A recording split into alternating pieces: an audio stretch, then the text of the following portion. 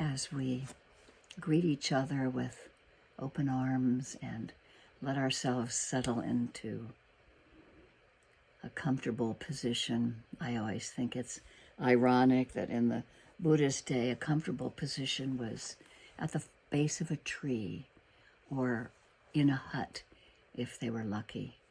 And we have a padded seat that we're sitting on and a warm home that we're sitting in, and we don't have to worry about scorpions and tigers and many other creatures that we might not be familiar with that are roaming in the desert or in the jungles.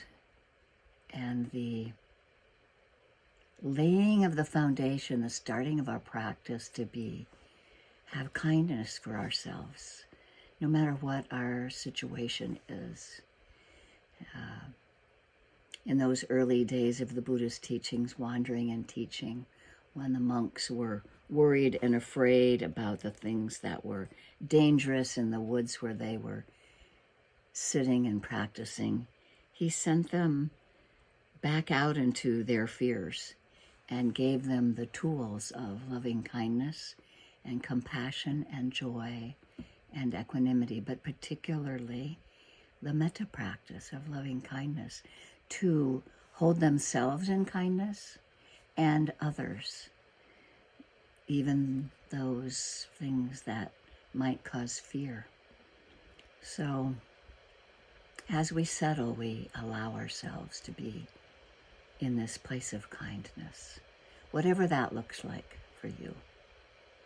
Maybe there's a way in your imagination that you can feel at ease. For me, I always enjoy picturing a mountain stream, or where I used to live in Hawaii for 35 years, the waterfalls of various strengths sitting beside a waterfall in nature. Maybe it's sitting right there in your favorite spot at home that you go to every morning for meditation. But whatever it is, let's allow ourselves to feel a sense of stability, a sense of kindness for ourselves, for undergoing this practice of seeing clearly, really seeing clearly what arises and passes. And one of the things that I was pondering upon this morning when I woke up was about perceptions. I've been referring to a book some of you might know called Mindful of Race. It's by Ruth King. And I'm going to read a short paragraph in here to sort of set a tone for our sitting this morning. Buddhist teachings refer to misperceptions as perceptual knots, ways of viewing that block freedom and keep us entangled in knotty thoughts. These misperceptions include our attachments, aversions, distortions, and delusions. They keep us thinking that life is personal and permanent and that it should be perfect. One teaching in particular, the Vipassana Sutta, speaks of the reinforcing mechanism of misperceiving, ways we distort reality to the detriment of belonging. Simply stated, we perceive something through our senses. There is a sense organ and a sense object. Eye sees, ear hears, nose smells, body feels, tongue tastes, and mind thinks. Once we perceive, the mind habitually jumps to thoughts and feelings about what is being perceived. These thoughts and feelings are rooted in past experiences and past conditioning. Thoughts and feelings then influence the mood of our mind. When perceptions, thoughts, and feelings are repeated or imprinted through experiences, they solidify into view or belief. View then reinforces perception. This cycle becomes the way in which we experience and respond to the world. We have conditioned perceptions that operate based on past experiences stored in the mind. These include memories, views, beliefs, and fears, all of which stimulate the mind to act or behave in ways that make sense to us. Once we perceive, the mind immediately scans the memory bank of past experiences to interpret what is being perceived. We then add layers of meaning, and the experience shifts from bare perceiving into something more textured and nuanced. We refer to this in Buddhism as papancha, the proliferation or elaboration of thoughts and feelings. And so as we go into our sitting practice this morning, we might notice perception. We might notice, once we perceive something, what layering we add on top of it. So as I ring this bell, make sure I have original sound on. I do.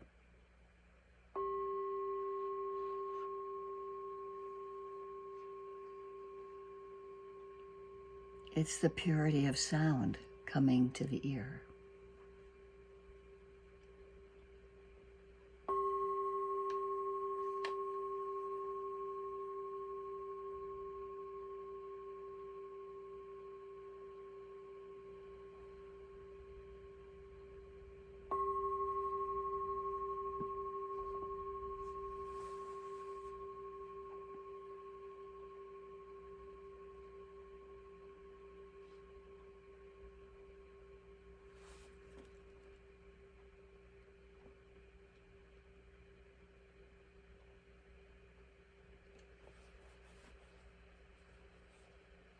Based on past experiences, we might think of that bell as pleasant because it brings us to our seated place of meditation.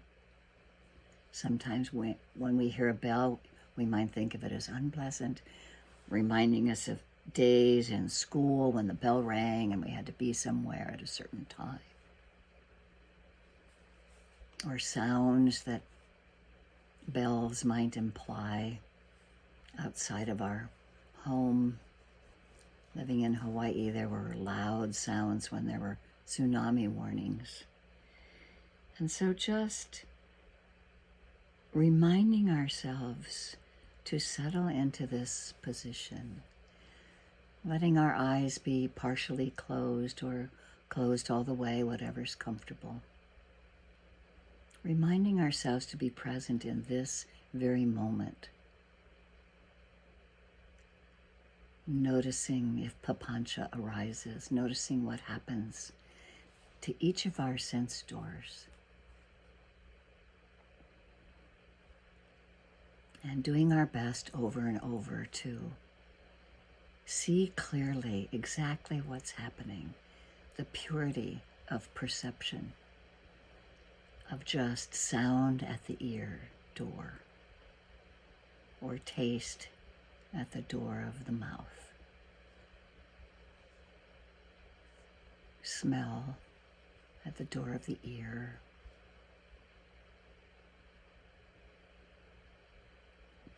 the touch door. We can notice our buttocks sitting on the cushion or our feet on the floor. We can notice where our hands and arms are placed.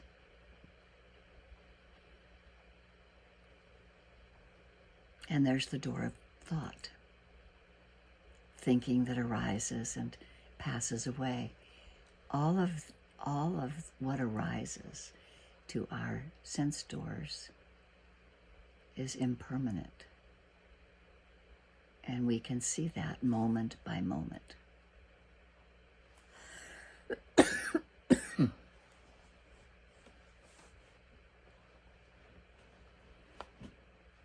Holding ourselves kindly with compassion.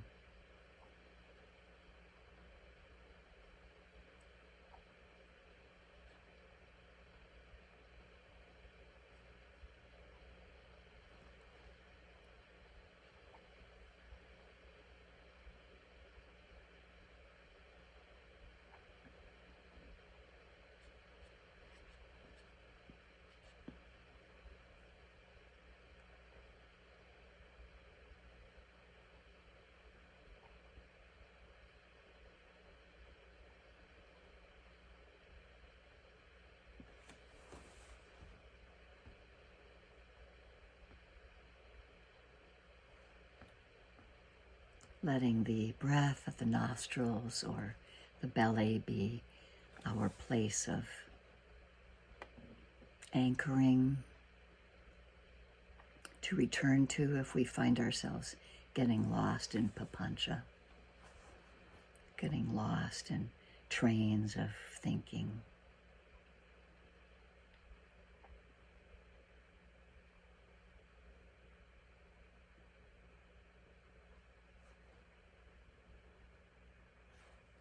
If we start the practice by letting the attention be at an anchor, it could be a touch point in our body where we are noticing pressure, warmth, coolness. It can be that rising and falling of the diaphragm as we notice it filling our torso. Wherever we find our anchor to be,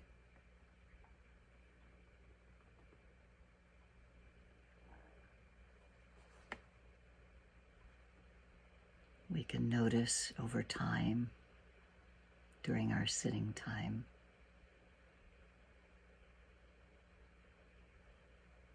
The impermanent nature of whatever is arising there. Pressure, coolness, warmth, jaggedness. Sometimes we can make soft, gentle notes of what's sort of repeating itself so that we don't get lost in the thought pattern.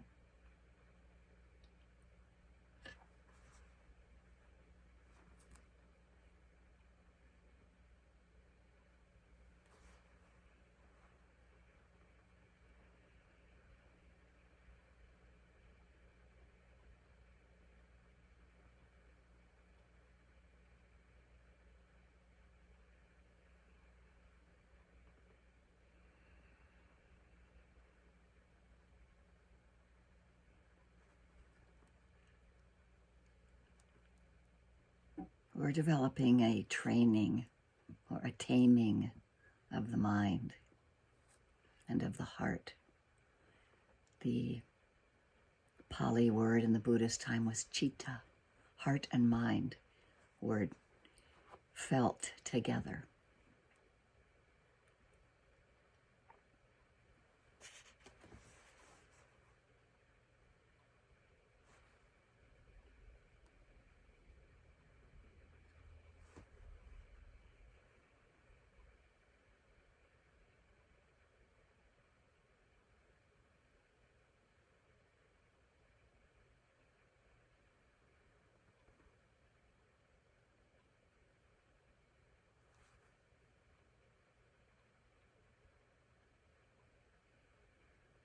The simplicity of the rising and falling of the breath gives us a familiar place to return to.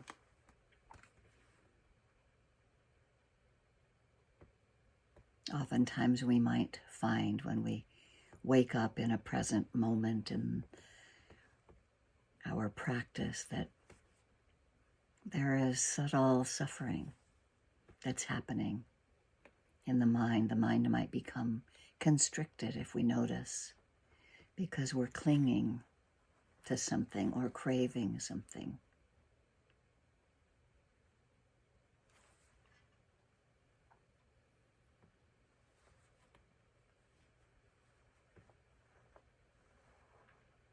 And the Buddha's first discourse to the monks that he associated with before his enlightenment, he brought up the understanding of the Four Noble Truths the understanding that they're suffering. And that suffering is caused by clinging and craving. And understanding that cessation is possible. And laying out a path for freedom. And we can keep these alive in our daily lives. A reminder of what we notice is impermanent. And we use the breath as that simple example. No matter how we cling to it or want it to last longer or be smoother or shorter or longer, we have these opinions about how we want it to be, and we grasp and cling, and we then might find that the breath is going to breathe itself anyway. It's impermanent, non-personal. We can't hold on to it.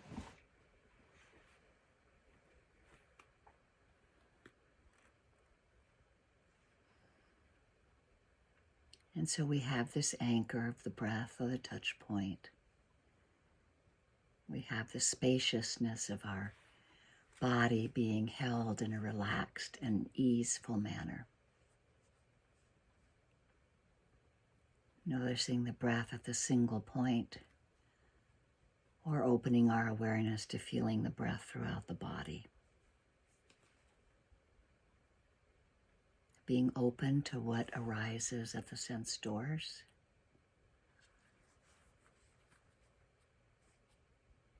The purity of sensation.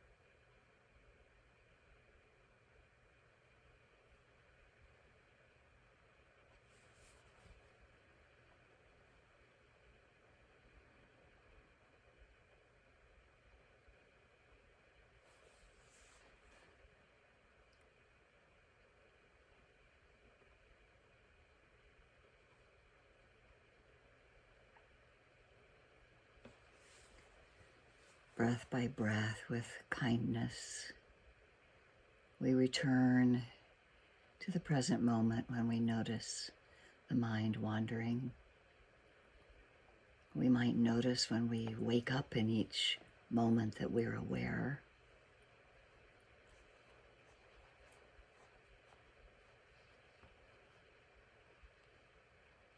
That some perception is happening.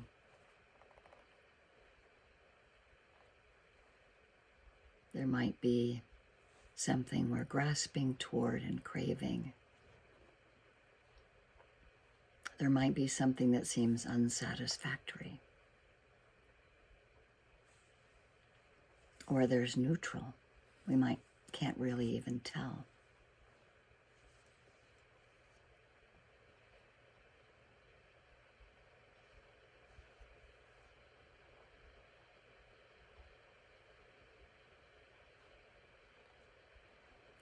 And we incline the heart and mind to simply let go.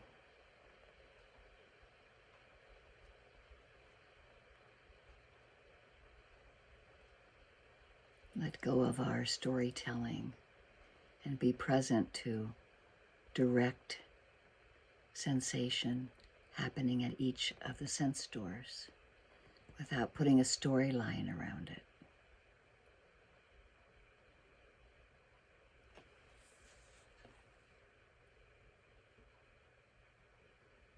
Just noticing this present moment.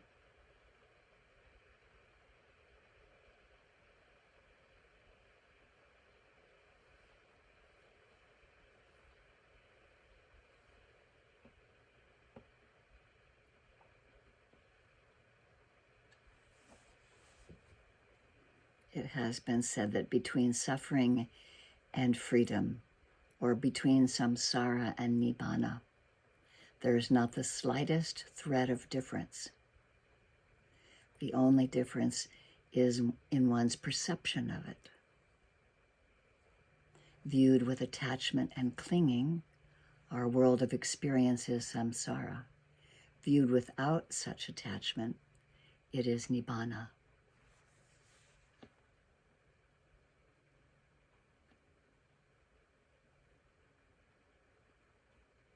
And so we purify the mind over and over again, purify the heart and mind over and over again, being at ease with things the way they are.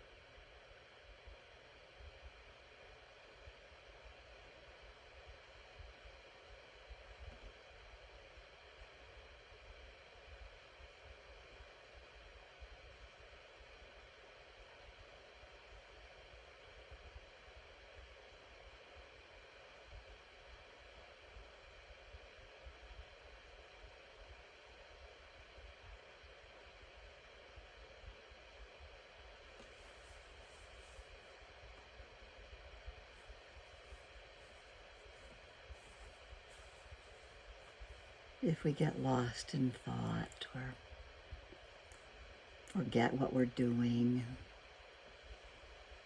we can just begin again at any of the sense doors. We can notice when craving arises, when clinging arises.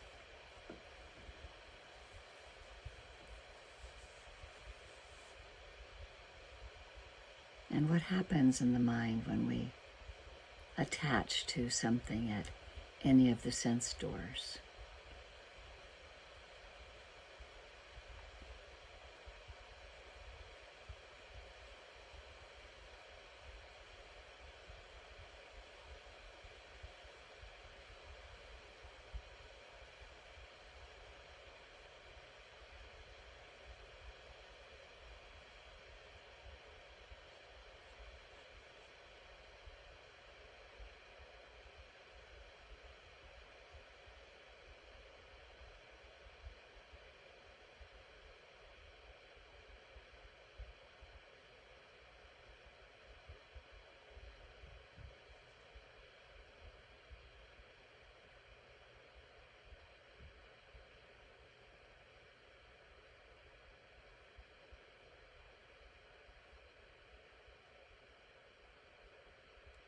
And what happens when we incline the heart and mind toward kindness and compassion for ourselves as we let go of clinging and craving? Because what we can notice directly is the suffering that is born from clinging and craving. Our perceptions, sana,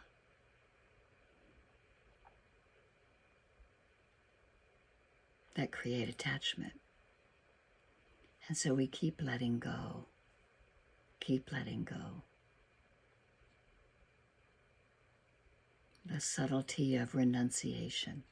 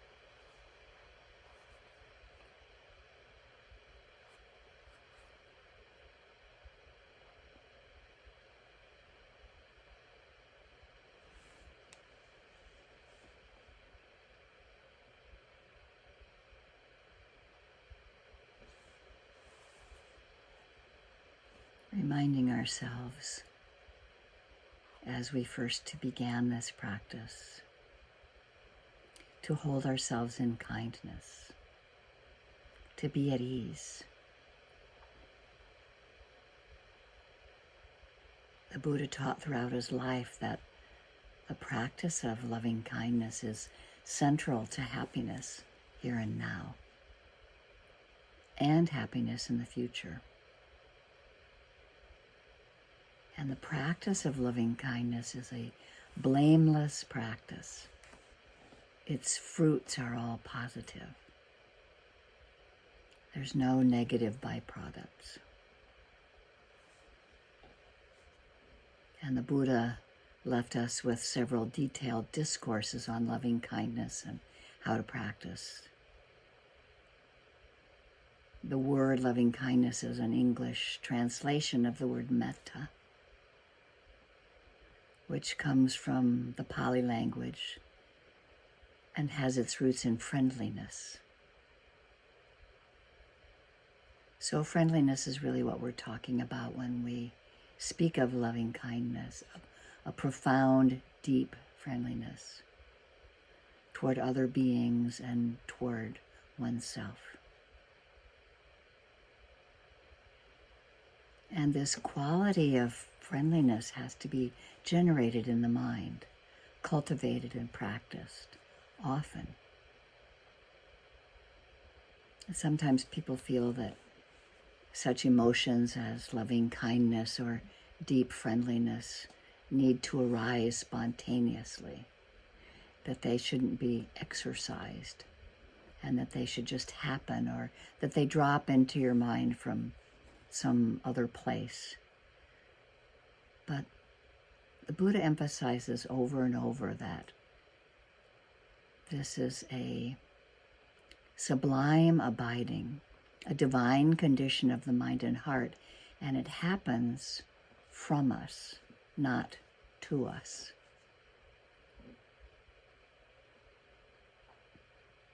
And when he gave the discourse on loving kindness, it's interesting to note in the discourse that the first quarter of the teachings are preliminaries to loving kindness. What has to be done before we can satisfactorily practice loving kindness? And you've probably heard it and said it quite a few times. This is what should be done by one who is skilled in goodness and who knows the path of peace.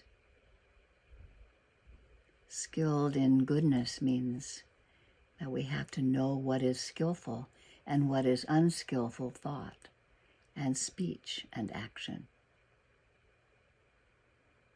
And to know the path of peace is to know the Noble Eightfold Path, which explains skillful and unskillful speech and action.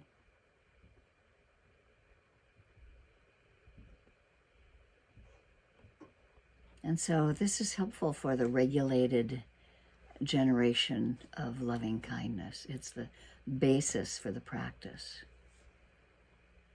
And so we might have our own phrases,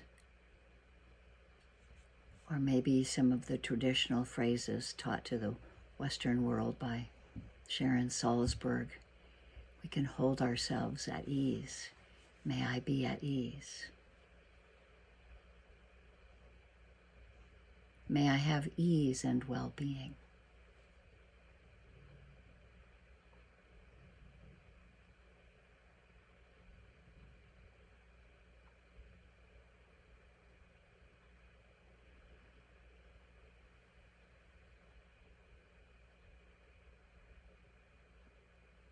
May I be free from harm, safe and protected.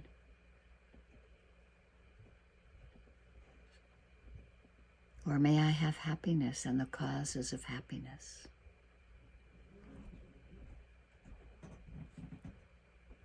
Finding a place within to generate. And it's not like you have to really feel it.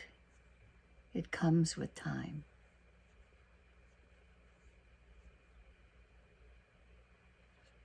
Sometimes just the repetition of one of the phrases that you make up on your own or that I just indicated. It takes root.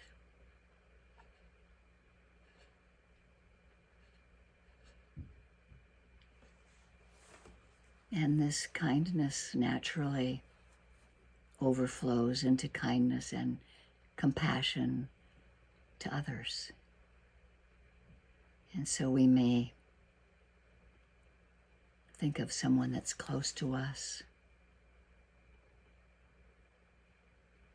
a family member, a child, a pet, our first meditation teacher, envisioning them with ease.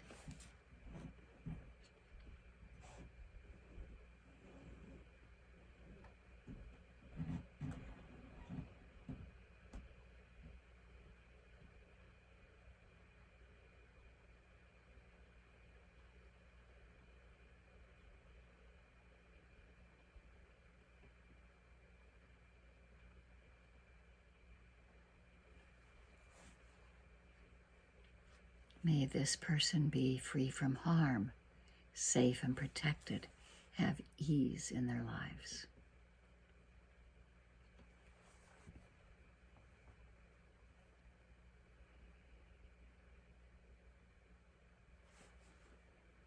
And may we expand this place in our hearts to include others that we don't know.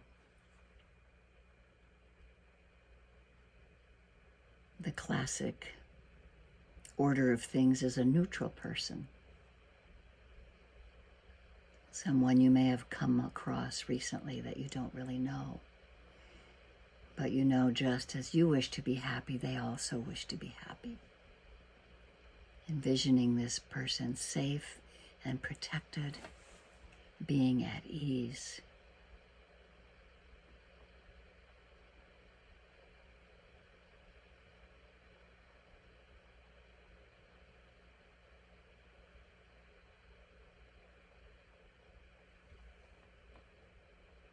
And as the Buddha taught those monks who came in fearful around what was surrounding them in the jungles,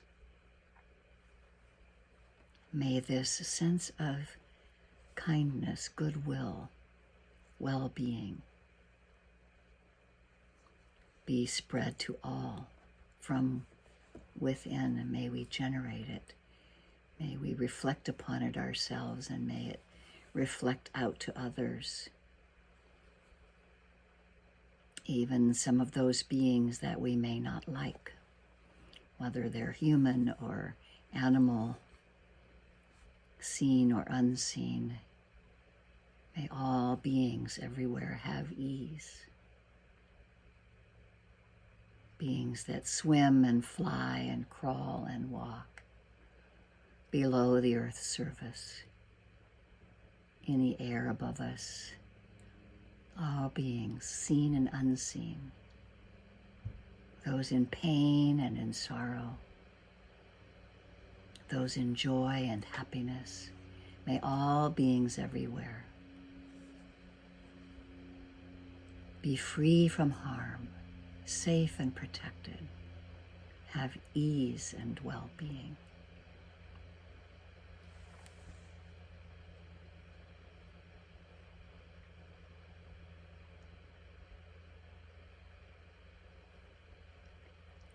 And I'm going to try to share a chant of the Karaniya Metta Sutta.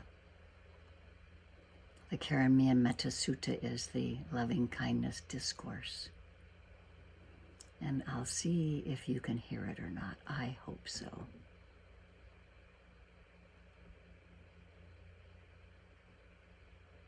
Let me see. So you can sit and relax. This is from Dhammaruwan. So he talks a little bit for a few moments about sitting and relaxing and listening to the chant. And Natalie, I can see you, so I want you to give me a thumbs up if you can hear it.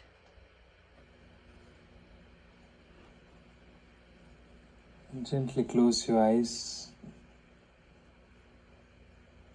can't hear anything right now? Okay. Dave, can you hear it? Wholesome thoughts. You can hear it, Dave? All right. Thoughts of compassion. Okay. Thoughts of metta.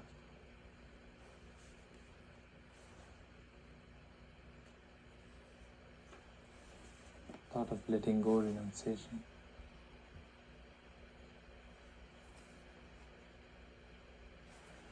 And with these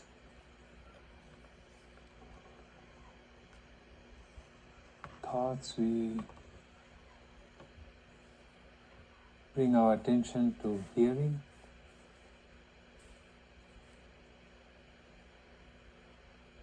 And simply listen to chanting, enjoying the chanting, knowing that it talks about the practice, talks about metta.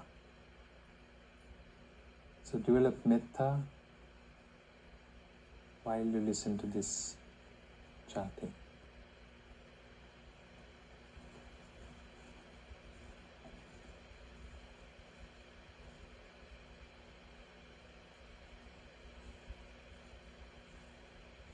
Namo tassa bhagavato arahato samma sambuddhassa.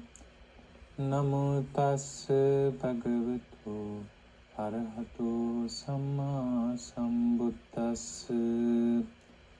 Namo tassa bhagavato arahato samma sambuddhassa.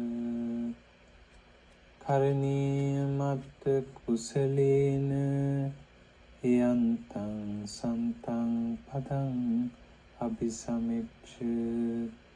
Sakko Ujoja Sujoja Suvacho Chassa Mudu Anatimani.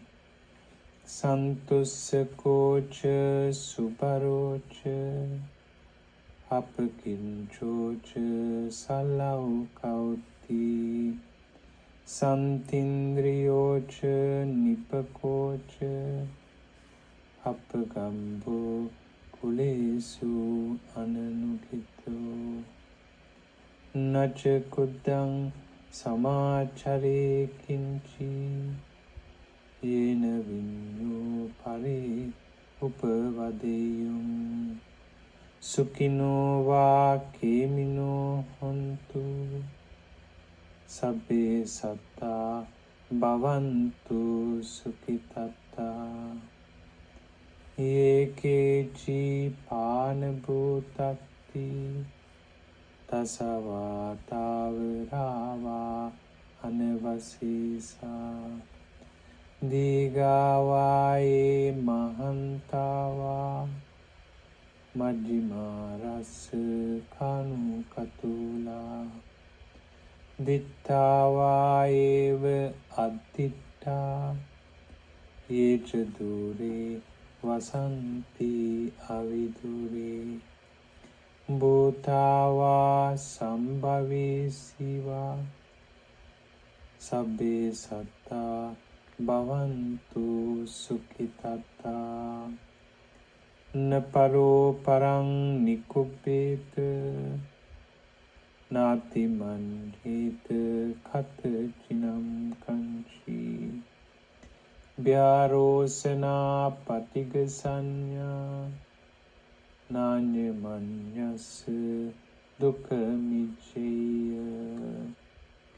Mata yata nyang puttang. Ayusa eka putta manuraki.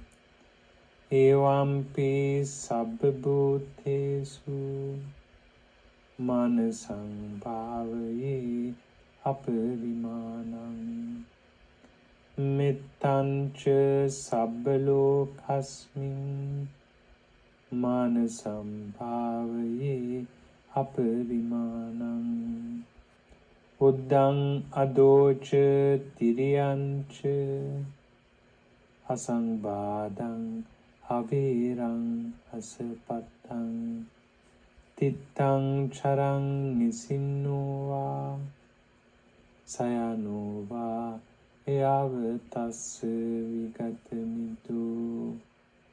etang sating aditteya brahmametang viharang idamahu ditting cha anupagam silava dasanena sampanno kamesu vinaya gedang naijatu gapaseyang punareti.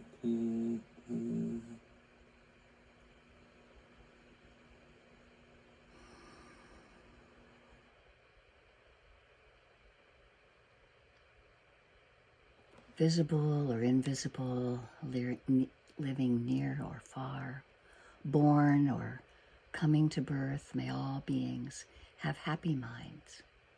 Let no one deceive another, nor despise anyone anywhere. Neither in anger nor enmity should anyone wish harm to another. One should cultivate for all the world a heart of boundless loving kindness, above, below, around, and everywhere, unobstructed, without hate or enmity.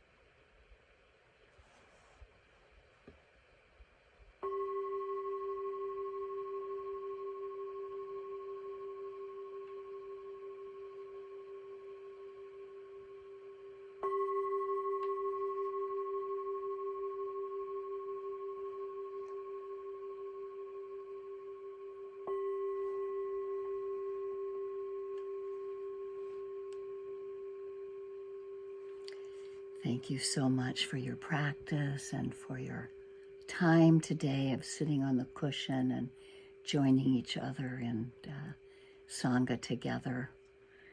I know you'll be together again in the morning, but I just have occasion to come from time to time on these Thursdays when Jim and I alternate. So I appreciate you all being here, and hopefully throughout your day you might notice perceptions, how we perceive things, what arises and what opinions we might quickly have about them, and what happens when we really try to see most clearly without attaching views and opinions to things.